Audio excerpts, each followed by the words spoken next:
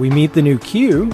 I do like new Q. New Q's pretty good. And this is where, this is a theme with the new Bond movies, but they all have a theme, which is new for Bond in the Daniel Craig era, and it is something that really makes these movies hit home where a lot of the old ones didn't. He meets Bond in an art gallery for some reason, even though MI6 has this huge underground bunker. Q meets him in an art gallery. Bond goes to a museum to meet with Q, who is some hipster hacker kid.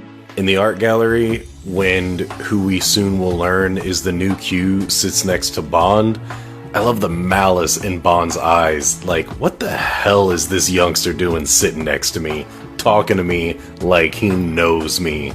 The theme here is old versus new, young versus old. Is Bond washed up, or does youth and skill lose to age and treachery? It's always about time. Seriously, it's about time. He is literally looking at a picture of an old ship being dragged away because it's too old, and this is going to be the theme of this story. And they have this quiet whispered conversation where Q gives him a gun with a handprint identification so nobody else can shoot the gun, and a radio transceiver so that he can call for backup if he needs it. Bond's new Walter PPK is palm print encoded. It's a nice touch. But Q gives Bond a gun and a radio. Q gives Bond his gadgets, a gun and a radio. Bond's two gadgets in this movie are a gun and a radio. He says, "Not exactly Christmas, is it?" Q responds, "Were you expecting an exploding pen?"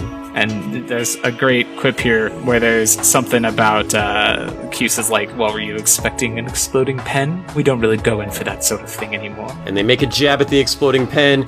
They shied away from the gadgets and stuff, and I thankfully. And I know that some people, that's kind of part of the Bond thing, is the goofy, the watch that's a laser time travel machine, and the car that does your taxes and all this crazy shit. I guess I prefer the realism part of it a little bit. I mean, obviously it's not realistic. Don't talk shit on the exploding pen. That was rad as hell. I'll fight you over this, James Bond. What were you expecting? Exploding pens? We really don't do that much around here. But I like that, keeping with the theme of old versus new, all he gets here is a gun and a radio, very old school. Even Sean Connery would have been disappointed with this gadget set out from the new Q. I like this Q. He's good.